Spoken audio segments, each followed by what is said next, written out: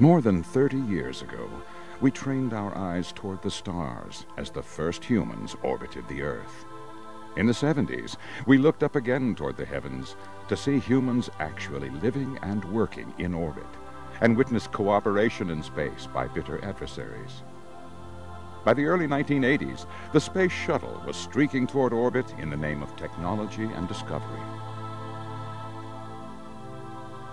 But the 90s will be remembered as the beginning of a new era of space exploration, the development of the International Space Station.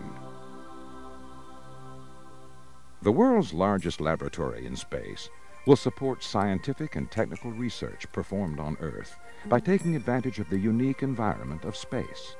This orbiting complex will remain aloft for up to 15 years and will allow scientists to accelerate the rate of discovery and invention for practical applications in health, medicine, materials, and technology. Researchers will use the International Space Station to conduct experiments in 5 scientific areas. Research in biotechnology will enhance our ability to accurately characterize human proteins, enzymes, and viruses at the molecular level by studying protein crystals grown in microgravity.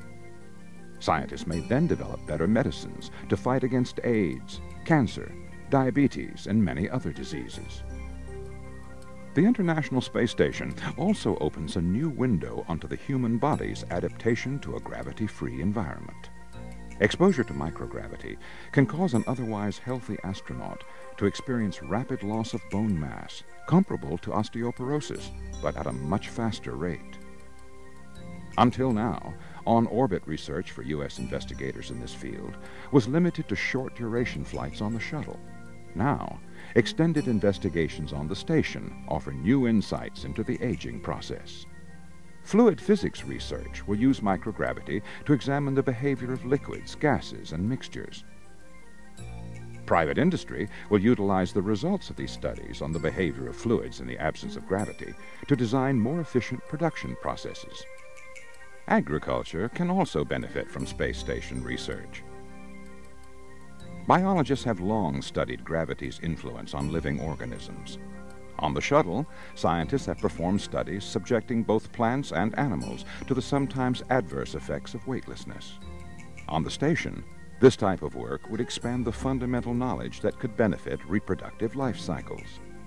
This level of space-based research could one day lead to heightened produce harvest by allowing farmers to reduce growing cycles, thereby increasing crop yields.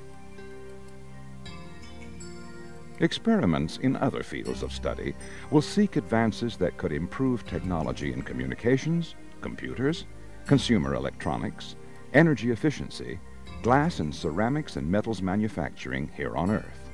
Science will be performed by a multinational crew of astronauts, cosmonauts, and researchers.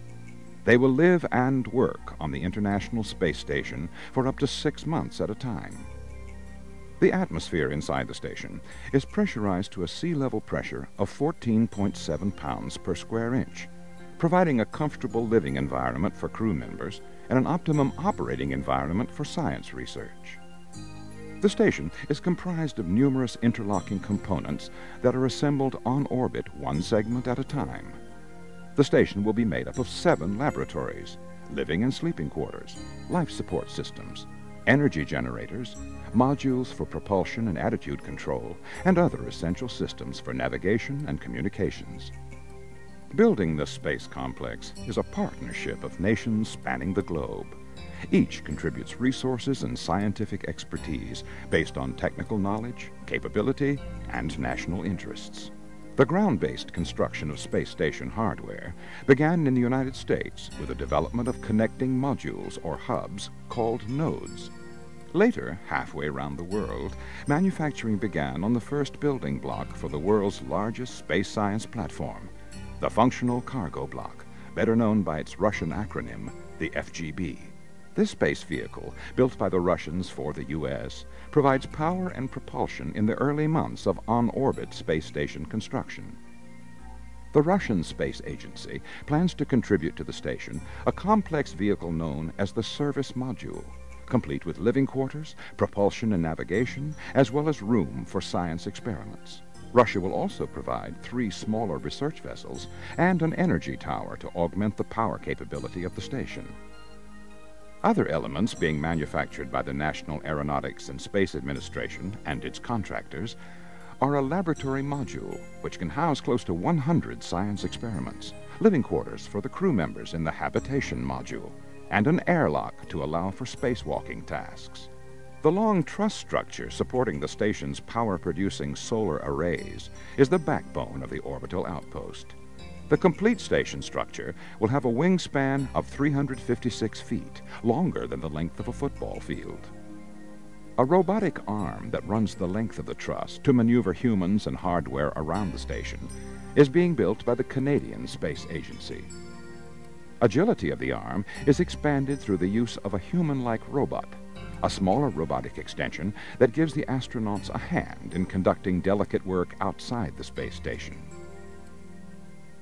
Another laboratory with numerous science experiments located both inside and outside the station is the Japanese pressurized module and its attached exposed facility. This exterior pallet allows astronauts to move experiments from the safety of the experiment module to the harsh environment of space. On top of Japan's laboratory is a smaller component that is used to store and resupply experiments. A smaller research module built by the European Space Agency offers yet another venue for scientists all over the world to see their life's work come to fruition on orbit. ASI, the Italian Space Agency, is building resupply vessels called mini-pressurized logistics modules, which will be flown to the station aboard the shuttle 4 times a year. These modules will hold food, equipment, and new experiments to be located in the station's various laboratories. Constructing space vehicles on the ground, then attaching them on orbit, will help each partner nation learn more about how to build, maintain, and operate large structures in space. Hauling hardware into orbit for the assembly of the space station requires 43 space flights on 3 different types of launch vehicles: the U.S. Space Shuttle, the Russian Proton booster rocket, and the Russian-built Soyuz booster. Once it is complete, the station will weigh over 1 million pounds and will be positioned in an orbit 220 miles above the Earth. The International Space Station will circle the planet every 90 minutes, traveling at a speed of 5 miles a second. Its orbit will be inclined 51.6 degrees to the equator, allowing the complex to travel over 85% of the Earth's surface every day. From this extraordinary vantage point, researchers will be able to conduct long-duration research on our planet's environment, its natural resources, as well as its atmospheric and oceanic conditions. This sprawling space campus will be controlled from both the Russian Mission Control Center outside of Moscow and Mission Control at the Johnson Space Center in Houston, Texas. As components from other partner nations reach orbit, a direct communications link will be established with each nation's Space Operations Center, providing a more effective means of interaction with science and research investigators in those countries. By the year 2000, the International Space Station expects to support the work of more than 1,000 scientists at universities and laboratories all over the world. Some researchers will have the opportunity to monitor their experiments as they're being conducted and communicate directly with the astronauts operating the experiment. This requires a complex communications network that will reach out from mission control to scientists throughout the country and possibly throughout the world. For the first time ever, long-duration spaceflight is available to an unprecedented number of scientists and engineers looking for answers to age-old questions. An orbiting laboratory virtually free of gravity will result in new insights and knowledge in scientific and technical fields in ways that cannot be achieved on Earth. Research on the International Space Station could touch the lives of almost everyone who is invested in this technology marvel. For the price of one night at the movies each year, the space station will become a symbol of the investment in America's future, a visible light in the sky for our children to look up at and dream about the wonder of space travel.